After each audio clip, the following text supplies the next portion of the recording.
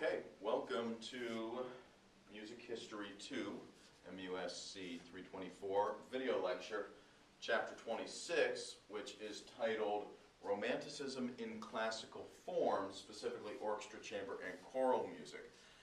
So the first thing that we have to understand is a lot of these genres and specific forms that were invented in the classical era, the symphony, the string quartet, the oratorio, which was a Baroque invention, plus a lot of the structures, say sonata form, theme and variations, minuet and trio, to a lesser extent, rondo. All of these things were invented or came to their first full fruition during the classical era, during the time of Haydn and Mozart. All of these genres and forms continued into the Romantic era. However, they were romanticized. All of the ethos of the Romantic composer, musician, were applied to these more traditional forms. First, let's talk about what set this all up. Growth in public concerts. Now, we've discussed this as we went from the Baroque through the classical era, how there became the middle class had grown basically from the Renaissance all the way through the middle class kept growing and growing and growing until with Beethoven it finally reached critical mass where the middle class could, through their purchasing of music and their desire for lessons for them or their children and their attendance at public concerts, create a situation where musicians could live as freelancers, largely due to the middle class. So we suddenly we're getting a continued growth in public concerts. Amateur orchestras and choral societies start to give public performances. We'll talk about that specifically as regards choral societies. And then professional orchestras and touring virtuosos. So this is the period where we start to see the founding of some of the permanent orchestras, some of which have been around for going on 200 years now in almost continuous operation. Touring virtuosos. Now we have instrumentalists like Nicolai Paganini Niccolò Paganini on violin, Franz Liszt on piano, and many others who make a living touring around giving public concerts. Chamber music, which conceptually, through the Baroque era into the classical era, was music to be played in small rooms, mainly for members of the nobility, sometimes as audiences, sometimes as participants, in the case, for example, of Haydn and the Esterházys, where he performed chamber music with the prince. But now people are beginning to perform chamber music in public concerts, string quartets not being played in a small room for the wealthy, but instead string quartets being played in concert halls, and anyone can buy a ticket. This, of course, all of these concepts have continued on to present day.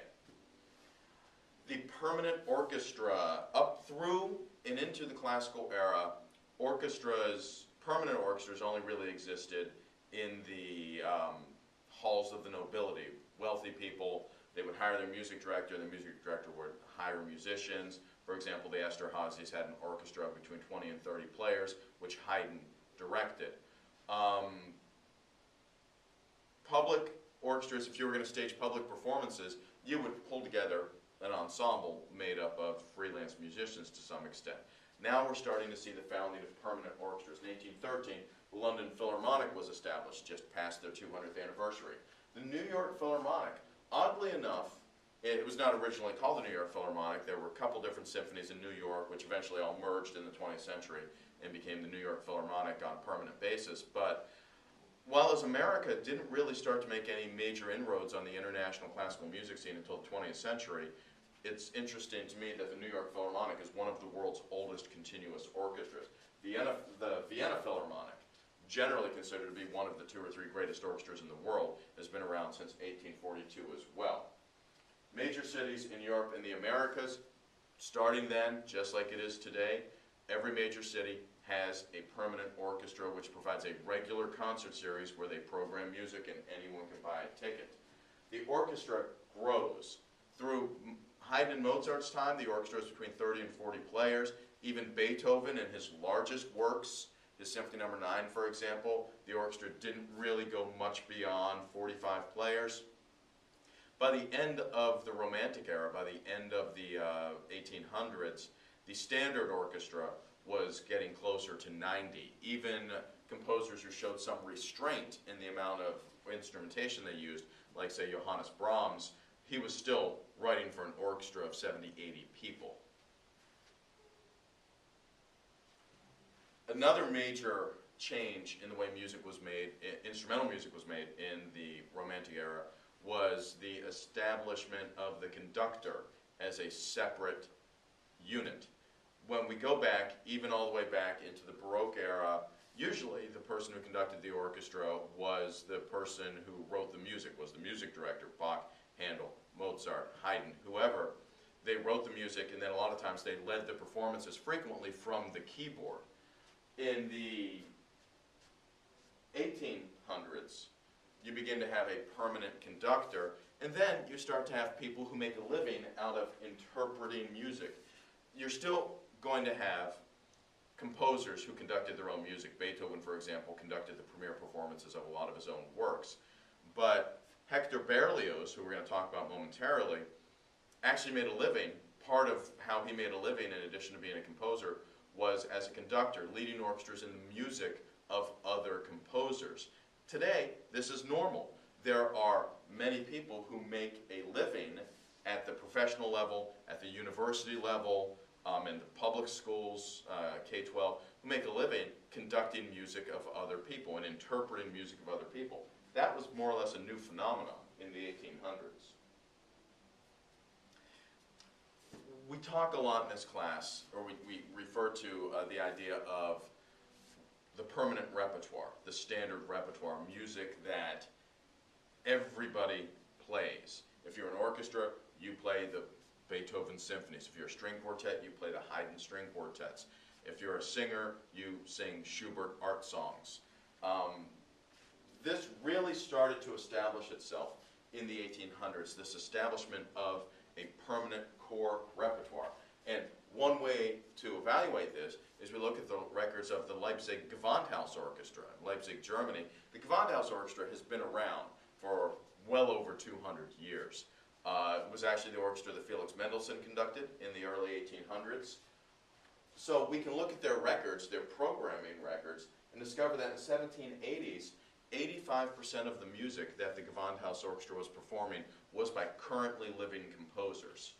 Less than 100 years later, 90 years later, 75% of the music the Gewandhaus Orchestra was performing was composers from 20 years before or even older.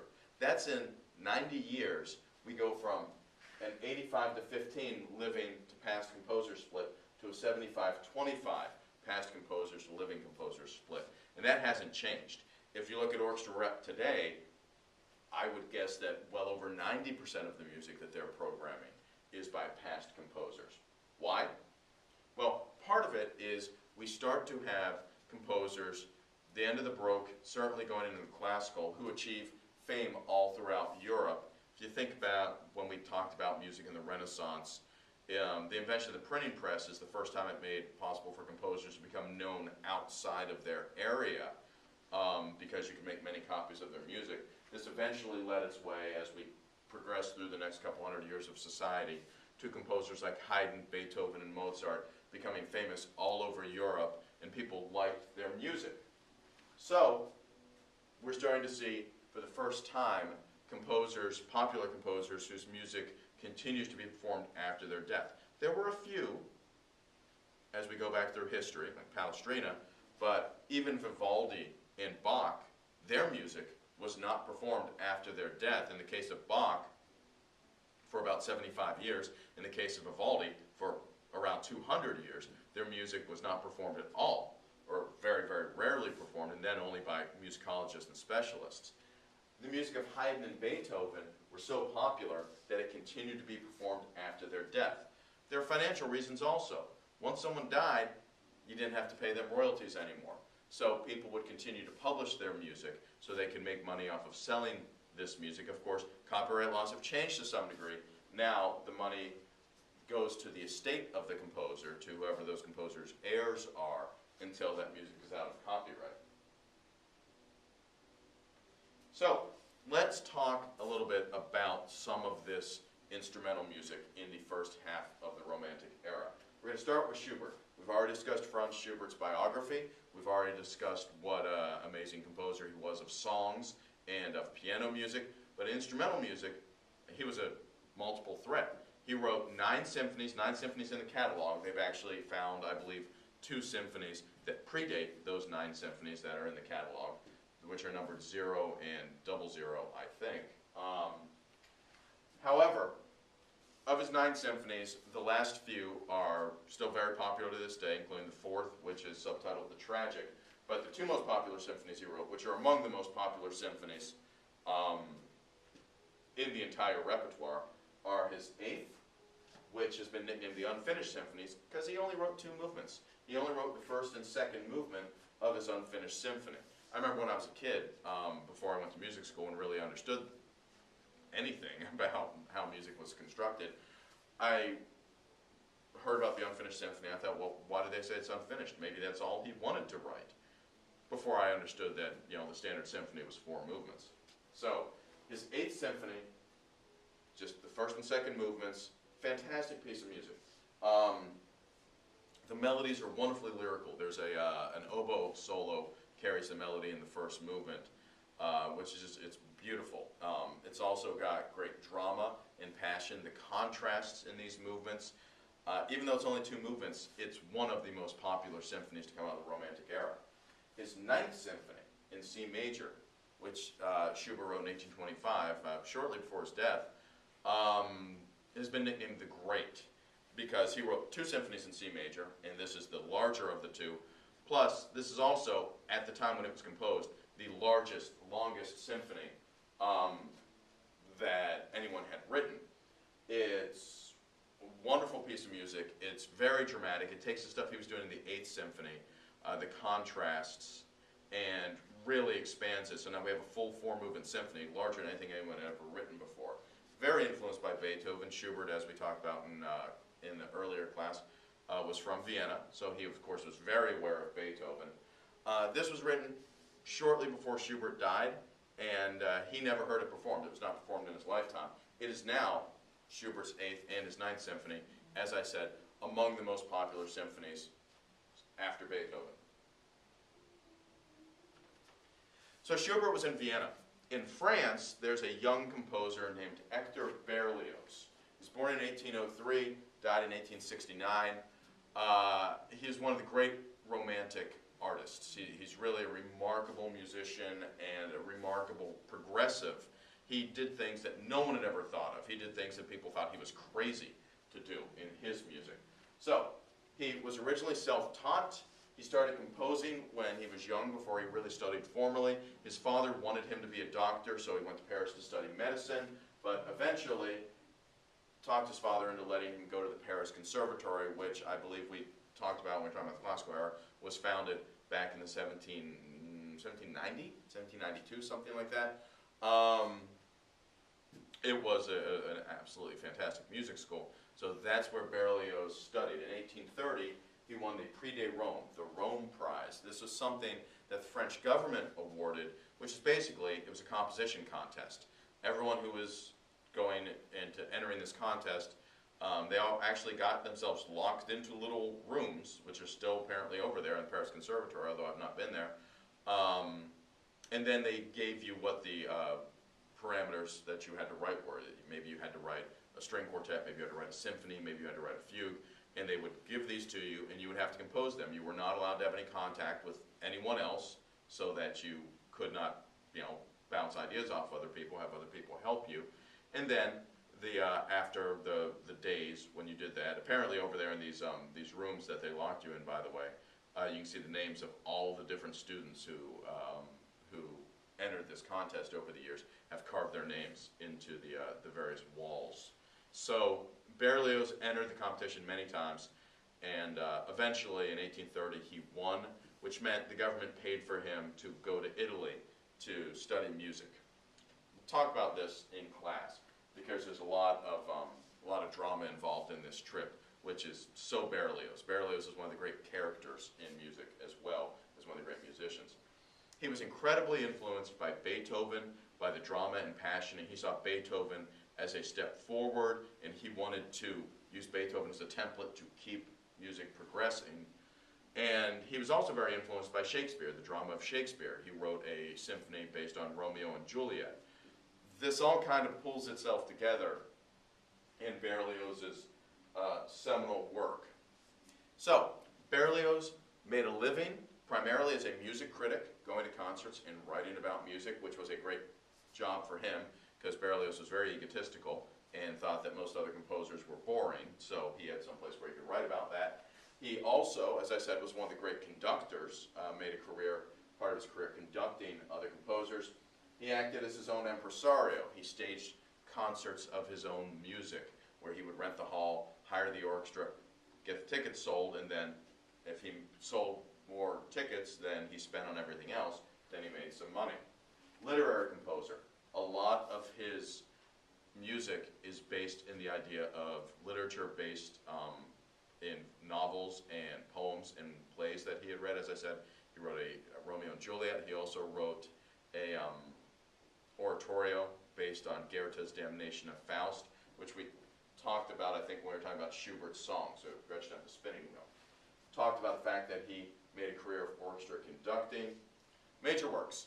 He wrote 3 operas, one of which is in the standard repertoire. It's a French grand opera called The Trojans, Les Troyens, the Trojans of Carthage. It's a big opera. It's 5 acts, a true French grand opera, requires massive forces, not just in the orchestra but on stage. So it's in the repertoire, but it's not performed by smaller companies because it's too expensive to perform. 4 symphonies, 4 concert overtures. A concert overture is a short instrumental work. Now, an overture to an opera, we've talked about that. It's an instrumental work that is played before the curtain goes up in the opera, frequently utilizing themes that you're going to hear sung later in the opera. Overtures kind of established a separate life outside of the opera house, being played in symphony concerts. Well, a concert overture follows the form of an overture, but it's not actually attached to an opera. So Berlioz wrote 4 concert overtures. He wrote many choral works. He wrote an orchestra song cycle, Les Nuits, which is for solo voice and orchestra, not voice and piano. Great picture of Berlioz. It's in your textbook. I would advise you to open your books and take a close look at this picture. He looks very intense and a little scary. And we'll get to why that's important in a moment. It's a great portrait of him. It's captured his personality exactly. In 1830, Berlioz wrote one of the most famous pieces of classical music that's ever been written. When he wrote it, it was progressive beyond what anyone had conceived of before. And it's one of the very popular symphonies of the Romantic era. As a matter of fact, the Philadelphia Orchestra plays it every couple of years. It gets programmed constantly. It's program music. We've talked about what program music is. It's a symphony, but the entire symphony is based on a program, based on an idea that he is trying to get across. Each movement has its own programmatic nature. It's autobiographical. Slide says infatuation with Harriet Smithson. Well, let's get to that.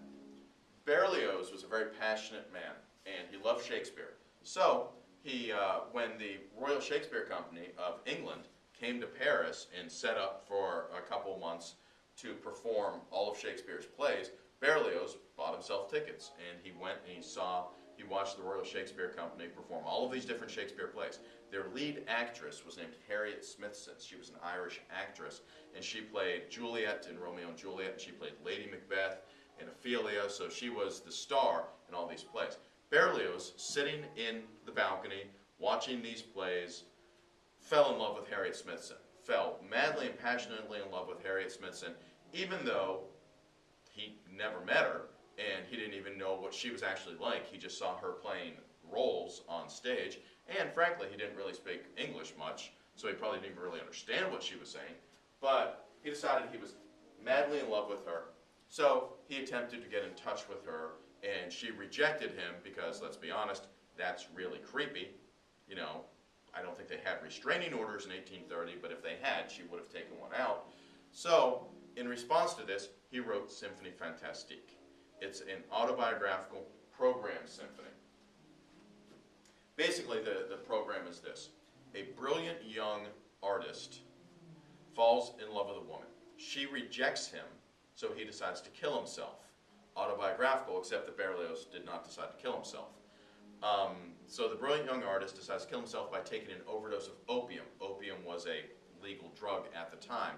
So he takes opium, but instead of killing him, instead it casts him into a deep sleep where he has a series of visions, a series of dreams.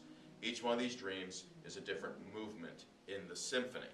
Now, he employs a recurring theme, a recurring melody, which he called the idée fixe, or fixed idea. The same melody appears in every movement, and it represents the woman who has rejected the brilliant young artist. It's referred to by some people as the Smithson theme, or the Harriet Smithson theme, but he called it his idée fixe, or fixed idea.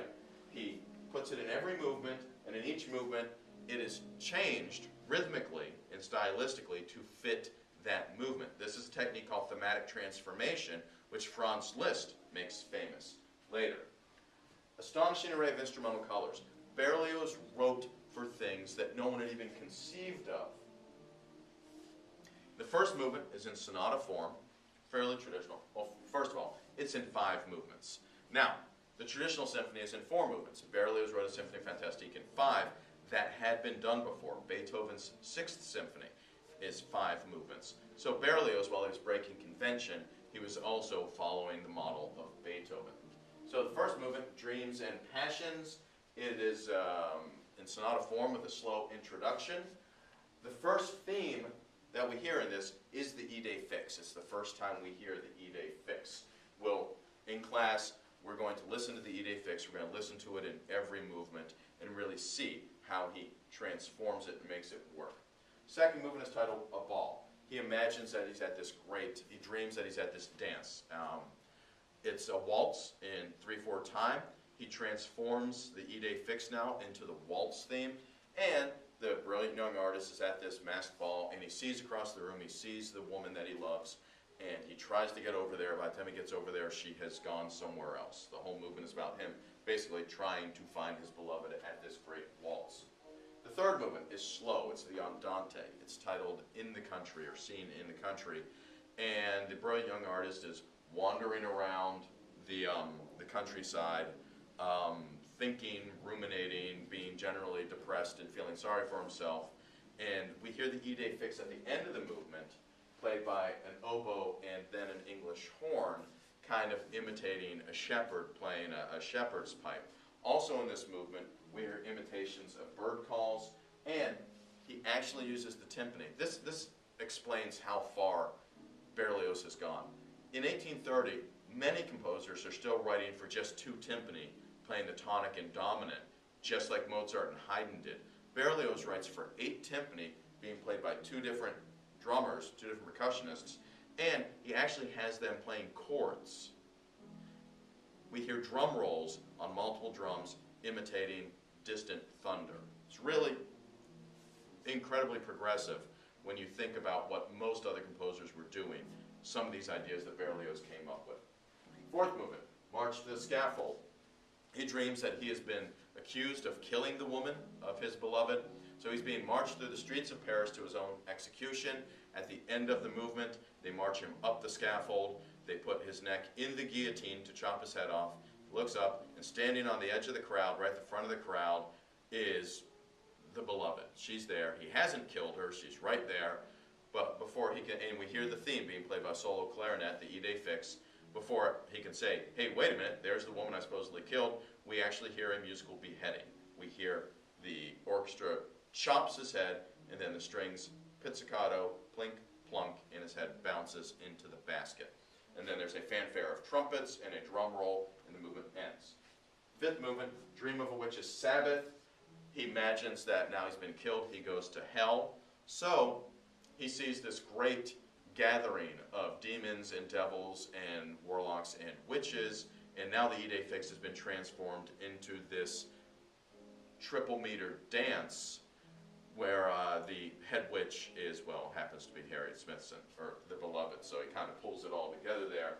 In this movement, he uses the Dies Irae. Remember the Dies Irae? The Catholic, Roman Catholic Gregorian chant for the dead. He actually uses the Dies Irae in this movement. Other things he does in this symphony. He uses mutes on strings, so they play very softly in the first movement to suggest that he's dreaming. He uses 2 harps. No one had ever done that before.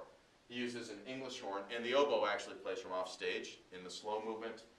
In the March of the Scaffold, he uses a snare drum and cymbals. Other composers have used those at this point, going all the way back to Haydn, but they still weren't in popular use. He uses church bells. They can be just played on chimes, on tubular bells, but some orchestras actually have big church bells looking like the Liberty Bell that they use in performance. In the last movement, they use those church bells while they're getting ready to play the Dies Irae. But the violins are also instructed to flip their bows over and play with the wood of the bows to sound like skeletons. No one had done anything like it before, I keep saying that. Mendelssohn, upon hearing, from what I understand, upon hearing Symphonie Fantastique, said he was traumatized and could not compose for weeks, because Mendelssohn was a little more traditional in the way he used the orchestra. So, this idée fixe inspired other composers to explore thematic transformation. It eventually leads conceptually to the opera composer Richard Wagner, who takes the idée fixe and uses this massive concept called leitmotifs, or leading motives, where every character has their own theme. His orchestration, no one had done stuff like this, so people started imitating it. As a matter of fact, he wrote the first book, a treatise on instrumentation and arranging and orchestration. He wrote it in 1843. You can still buy a copy of it today. It's still published today. And it talks about how to use the orchestra if you want to get different colors, if you want to make different sounds, how to take advantage of all these instruments. He wrote the first ever book on that. He was a master of orchestration. Other major symphonic works that Berlioz wrote. Harold in Italy, wrote in 1834. Remember, he won the Prix de Rome in 1830, so that's when he had to go to Rome. Harold in Italy is a piece that he wrote in 1834 where he uses a lot of impressions that he got while he was traveling to and from and being in Italy. It was inspired by a poem by Byron.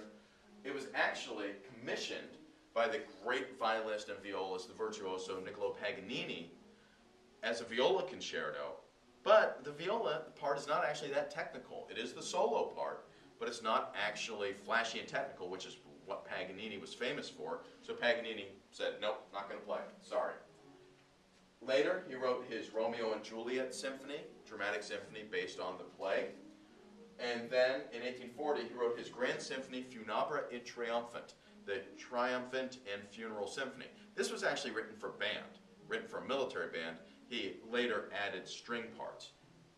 It's a piece that's particularly dear to my heart because the second movement, which is the funeral sermon, the role of the preacher is played by a solo trombone. It's not a difficult part, but the trombonist, the whole second movement's a trombone solo, with the trombonist playing the role of a preacher giving a sermon at a funeral, which is pretty cool. So, after Berlioz, we talked about Schubert, we talked about Berlioz, we've talked about Felix Mendelssohn.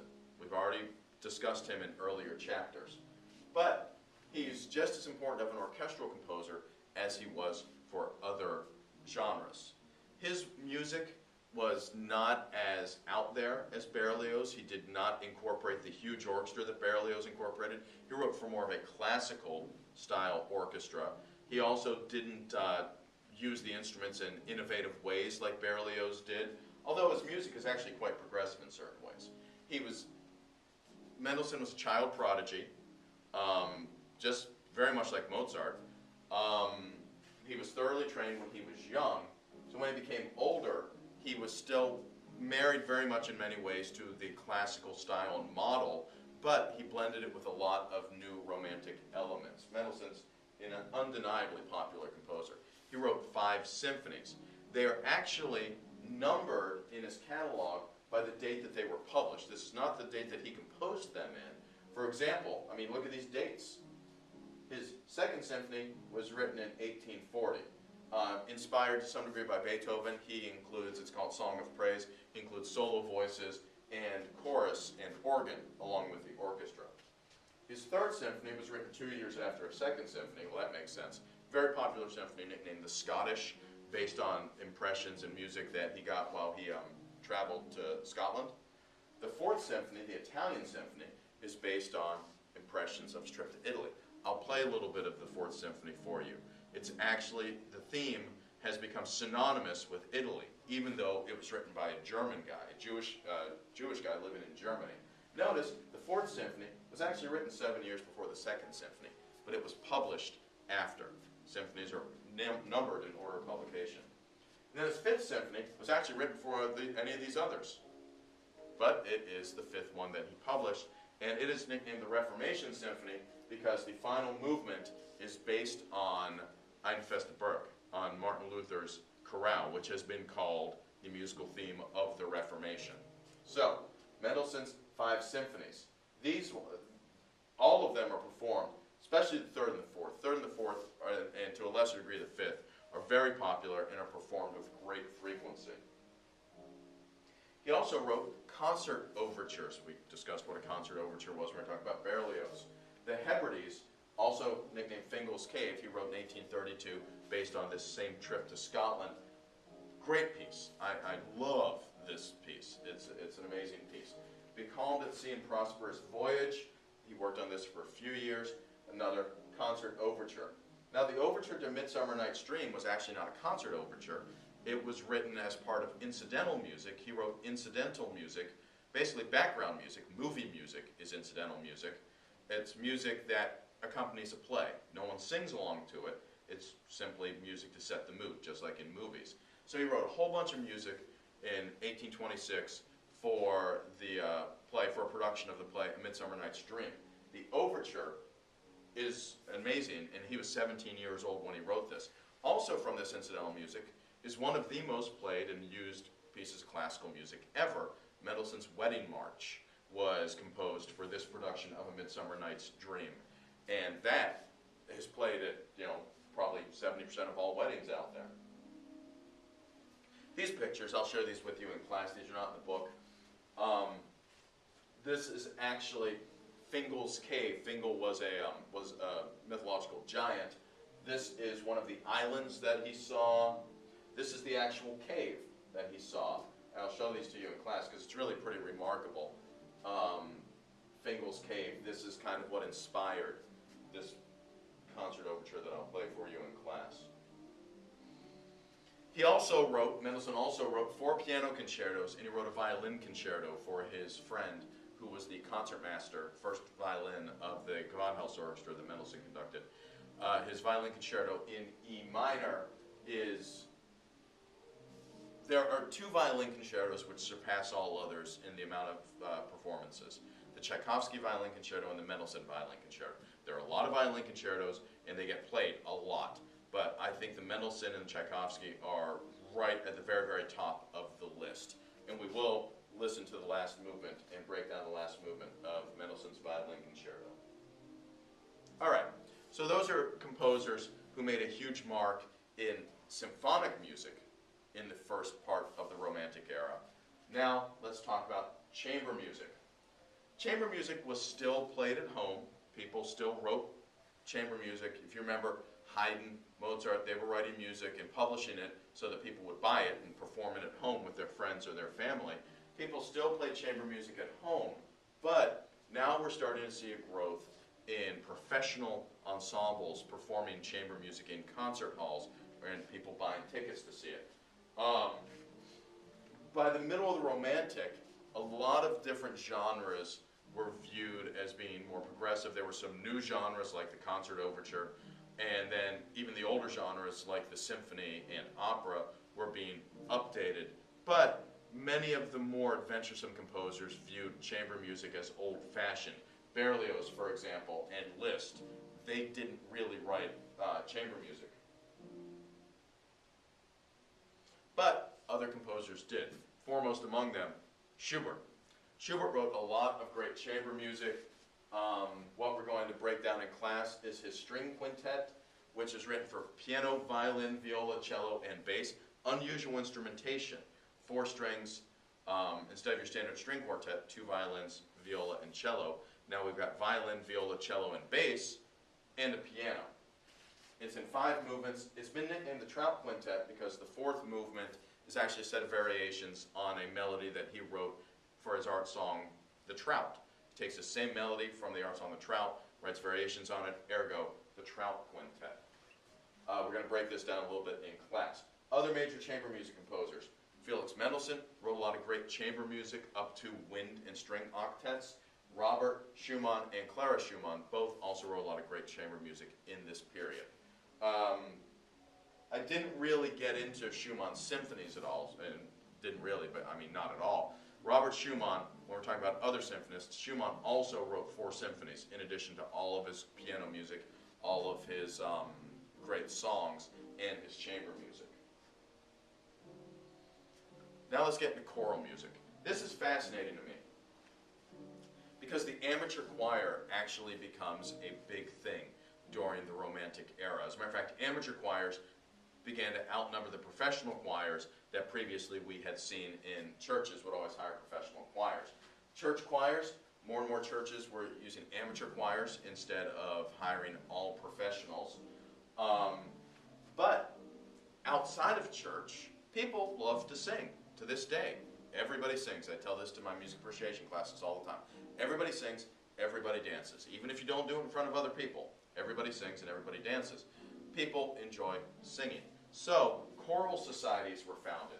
A choral society, and we have choral societies in Dover. And, we have the Delaware Choral Society based right here in Dover, where people pay dues, and then they get to sing in this group. The dues pay for the conductor, they pay to rent the music, they pay or purchase the music, they pay to rent the concert spaces where they perform, and for advertising and stuff like that. So, amateur singers would pay dues to get to sing. These groups were originally founded to sing the oratorios of Handel and Haydn. As a matter of fact, one of the oldest standing choruses in the United States is based in Boston, and it's called the Handel and Haydn Society. So, choral music was one of the first genres of music to become dominated by music by dead composers. As I said, the core of the rep for these groups were the oratorios by Handel and Haydn. There's the Handel and Haydn Society, which I just mentioned, just celebrated its 200th anniversary a few years ago. And then another composer comes trotting along in 1829, Felix Mendelssohn, who was conducting the Leipzig Gewandhaus Orchestra. Well, Mendelssohn's living in Leipzig, which is where Bach lived the last 30 years of his life. And he decides he's going to start staging performances of Bach's music. So Bach died in 1750. His music went almost completely unperformed for almost 80 years. Mendelssohn revives it. The first piece that he conducts, St. Matthew Passion, for chorus and orchestra. And from that point on, Bach became part of the core repertoire from when Mendelssohn first revived his music in 1829. So, other composers wanted to get in on this great flowering of choral music, and they wrote oratorios and other choral music. Mendelssohn wrote the major oratorios St. Paul and Elijah, both of which are performed with great frequency today. Berlioz wrote a Requiem Mass for chorus, soloists, and massive orchestra, including 4 brass choirs, which are supposed to be put antiphonally in the balconies, spaced in the 4 corners of the concert hall. And his Te Deum, which he wrote in 1855. Schubert wrote 2 masses in A-flat and E-flat. I've been fortunate enough to play an orchestra for both of those. And outstanding music, really fantastic stuff. Rossini wrote his Stabat Mater in 1832, later revised it in 1841. Rossini, as you probably know, great opera composer, so his instrumental music, his Stabat Mater, the vocal music, is still operatic in nature. This eventually, in my opinion, leads to Verdi's Requiem, Giuseppe Verdi's Requiem, which we'll talk about in a couple chapters from now, which is incredibly operatic. It's an amazing piece, incredibly operatic. As a matter of fact, I think the Philadelphia Orchestra is performing Rossini's Stabat Mater in just, well, in January, actually, now that I think about it, it's been performed.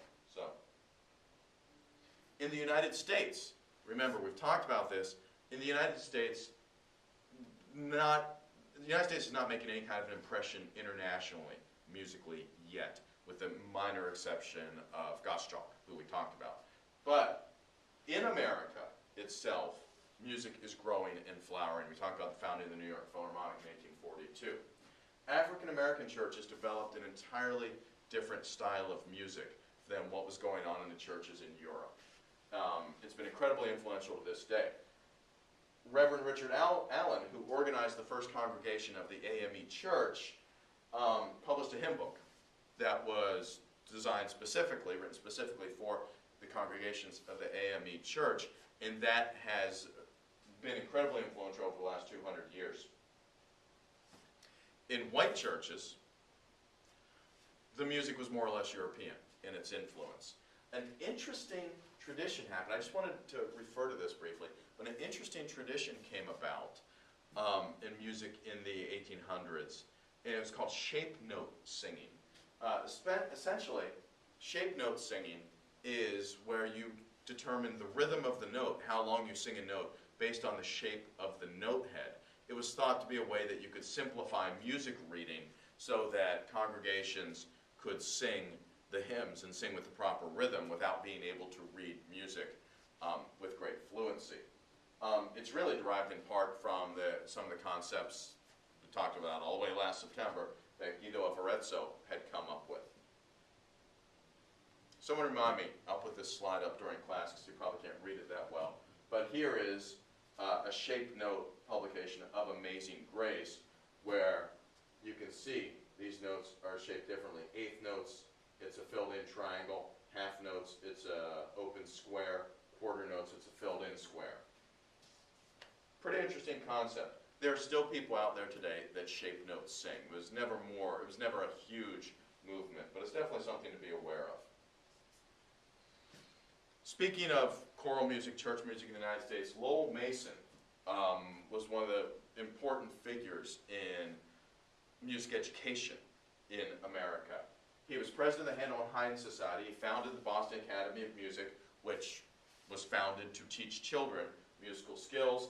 He introduced music into the curriculum of the public schools of Boston, which set a model that other cities imitated. So, general music classes that we have today, you can kind of trace their invention, really, instigation, back to Lowell Mason. Stylistically, he liked conservative European music, so that's what a lot of the music education was founded in. In the 20th century, we get a couple of European composers, Kodai and Orff, who came up with systems that are kind of fundamental in music today. We'll talk about those. Mason composed around 1,200 original hymn tunes and arranged many other hymn tunes as well. So, the 1800s, the first half of the 1800s, first half of the Romantic period, was a very strange time because we have, on one hand, we have this flood of new music and really progressive composers, people like Berlioz and Liszt, breaking the rules, establishing new conventions. And we have a ton of new music being written. At the same time, ensembles, choral and instrumental, are starting to go back towards music that was written by previous composers, Mozart, Beethoven, Haydn, etc. This is happening at the same time. This is an amazing dichotomy. Meanwhile, we also have these traditional old forms and styles that many people are still using, but updating with new Romantic ideals, another dichotomy. During the Romantic era, very few composers in the years after Beethoven entered the standard permanent repertoire immediately. Many times, people waited until after the composer's death before their music was looked back at and people started saying, hey, let's keep playing that. It was actually fairly common for a composer's music to be performed just a few times and then just kind of put in a drawer while they move on to something else. Utilitarian music won surprising permanence. That to me is an interesting idea. I think back to when we're talking about Mozart and these serenades that Mozart wrote as background music for parties which now are performed in concert halls for 2,000 people, where you're not supposed to not only have a party, you're not even supposed to breathe loud while it's being performed. So music that was written for just use at the time has achieved a permanent place in the repertoire. Okay? So that's chapter 26. Pretty long chapter, pretty long lecture.